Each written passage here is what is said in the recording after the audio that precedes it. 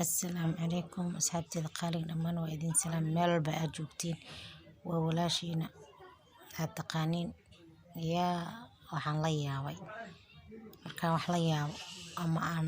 ku farxo labadaba idin soo gudbiyaa gabar ayaa ii soo qortay qoraal aan la yaabay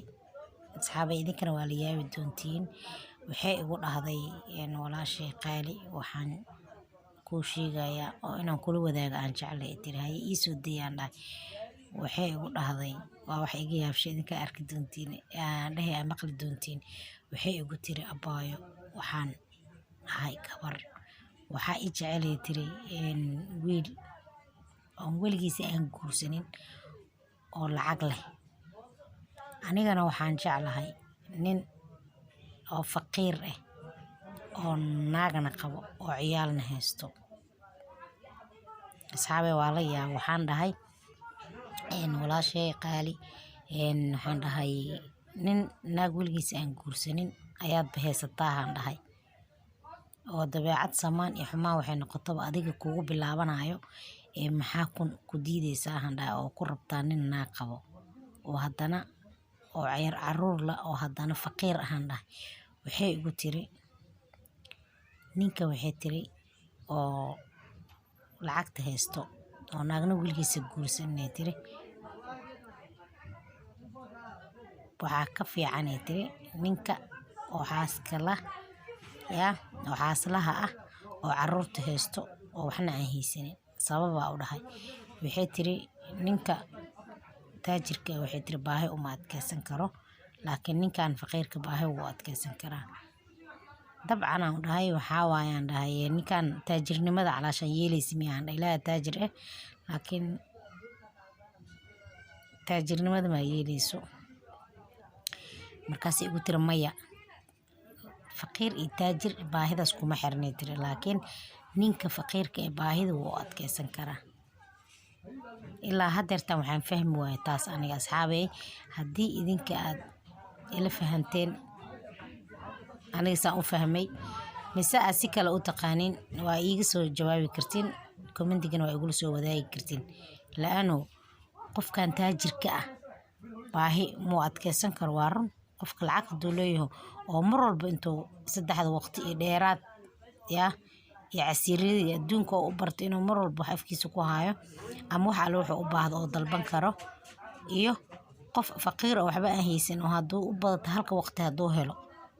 haddii kan lama aan haysanin isku mid maahan laano qofkaanayta muu adkeysan kara 4 saac wax cunaa wuxuu u baahdana waa dalban karaa qofkan faqiirkana waxba ma haysto oo adkeysan kara baahida intaas u qaatay laakiin waa iga diiday ma ahanay tiri marka waxaan rabaa asxaabay inaa idinkana commentiga igula wadaagtiin baahida ay sheegayso ani waaba ka shakay waxaan dhahay ninkan ilmaha ma ka gadan rabtaa hataa waa dhah mayay tiri aniga hadduu ilaahay calaf igu daro waxay tiri dirsan aan u dhalaaya laakiin ilmo kama rabay tiri asaga noloshiisa rabaa okay waxaan dhahay inaa xaaskaas iyo reerkaas dhisan inaad dumisaa jeceshaan dhah mayay tiri naagtaasna inay iga xanaaqdana ma rabo in la furana ma rabay tiri laano qoftaas danteelada ayada og soomaan laakiin midaan la yaabana waxaa waaye qofkan baahida mu adkeysan karadaasiito ilaa hadda la yaabana baahida waxay tahay haddii adi ay sheegi karin ay tiri asxaabtaada commentiga kugula wadaagi karaan ay tiri marka waxaan rabaa asxaabay baahidaas ay sheegaysa inaa ila soo wax iiga sheegtiin anna mideeda kale waxay ii raacisay waxay ugu dhahday ninkan oo muxuu ahaaye taajirka ah oo dhimanaya laakiin ninkan waxay tiri oo xaaska lah oo caruurtana leh ma dhimanayo waxaan dhahay dhimasho ilaaha haayaan qofaan dhimanayna ma jiro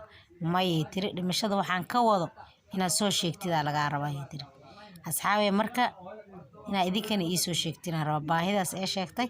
iyo dhimashada inaad idinkana soo sheegtaan dhimashada waxay ka wado waa gartay oo taas waa fahmay oo jawaabteeda aniga waa hayaa laakiin idinkaan rabaa inaa ila wadaagtiin nin walba fikirkiisa oo ka soo dhiibto ninkan taajirka ah ma baahanayo ninkan faqiirka baahida wuu adkeysanaya waxay ka wado inaa ogaadaan rabaa kow tan ee tiri ninkan taajirka wuu dhimanaya ninkan faqiirkana ma dhimanaya ee tiri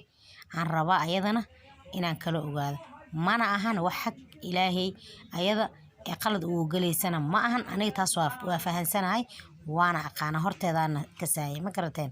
marka waxa waaye wax diinta khilaafaysa ama waxyaabahaasna ma ahan waxa qofkan wuu dhimanaya qofkan ma dhimanayo sahal waa horta jawaabteeda asxaabay idinkana waxaan idil rabaa inaad ka soo jawaabtiin laano qoftaaneta jawaabay iga sugaysaa sooma laba bisle ugu soo xirtay jawaab badan ugu soo xir labada mid kamid aniga waa aqaana qofkan taajirka wuu dhimanaya faqiirka ma dhimanayo aniga waa aqaana laakiin tan ee leedahay ninkan taajirka baahi ma adkeysan karo ninkan faqiirka wuu adkeysan karaa sida aniga u qaatay ma ahan igu tiri idinkana waa idin sheegaya sooma ma ahan igu tiri marka waxa idinka rabaa idinkan asxaabay